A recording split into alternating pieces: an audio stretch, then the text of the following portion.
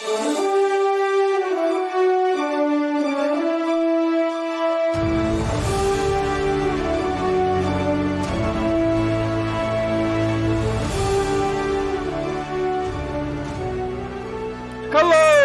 and welcome back to Archives of Fabella Daily, the podcast unraveling secrets in a magical world. Today is March 7th, equal to Pisces 16th.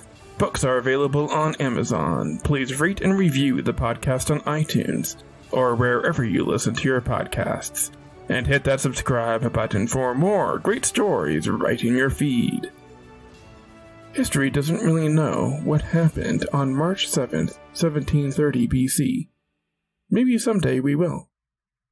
But in the magical wonderland of Fabella, gods met to debate the rules of magic. I'm Dylan Foley, and this is Archives of Fabella.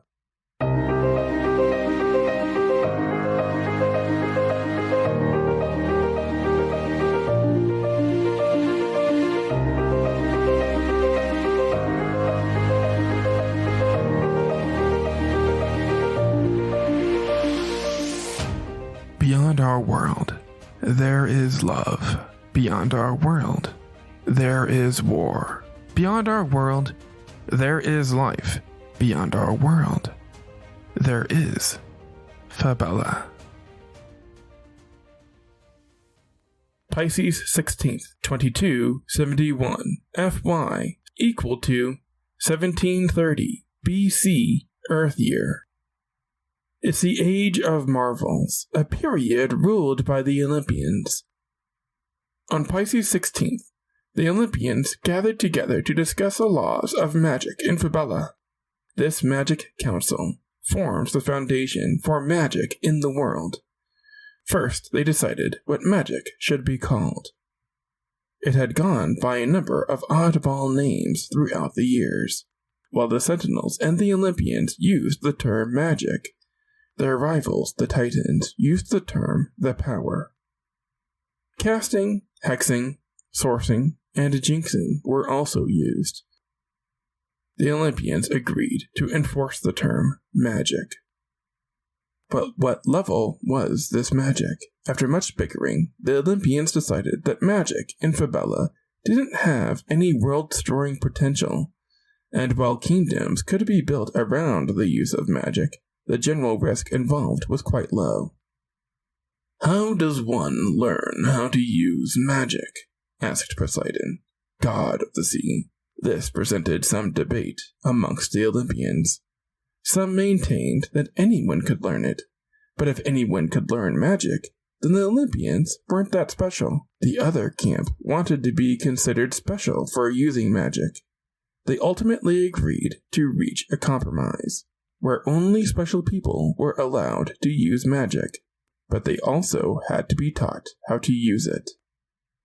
Then came the question that really stumped the Olympians. Where does magic come from? The subject again caused much bickering. The most religious of their company thought it was a gift from the real gods, Lord Lucas and Dark Lord Malum. Opposing this view were those who thought there was a scientific explanation for magic.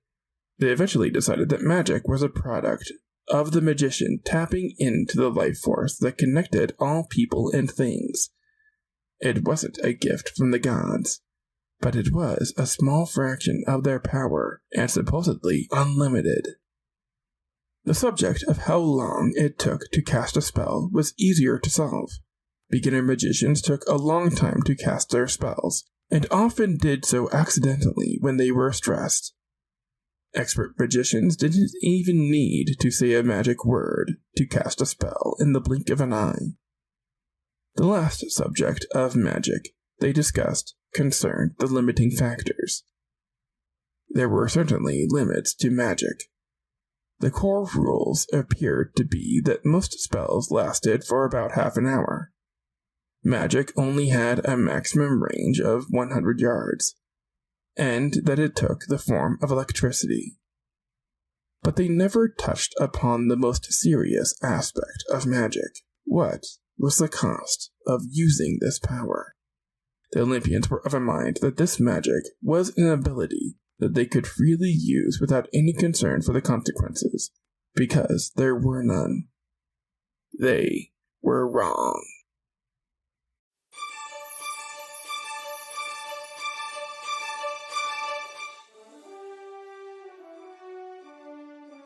That's going to do it for us today. Subscribe now to get more new episodes right in your feed. Rate and review the podcast on iTunes or wherever you listen to your podcasts. Send your questions to archivesoffabella@gmail.com. Archives of Fabella is created, produced, and hosted by Dylan Foley, with music by Garrett Ferris and audio blocks. Books are available on Amazon in ebook and paperback. As always, look outside of what is possible and think about what might be.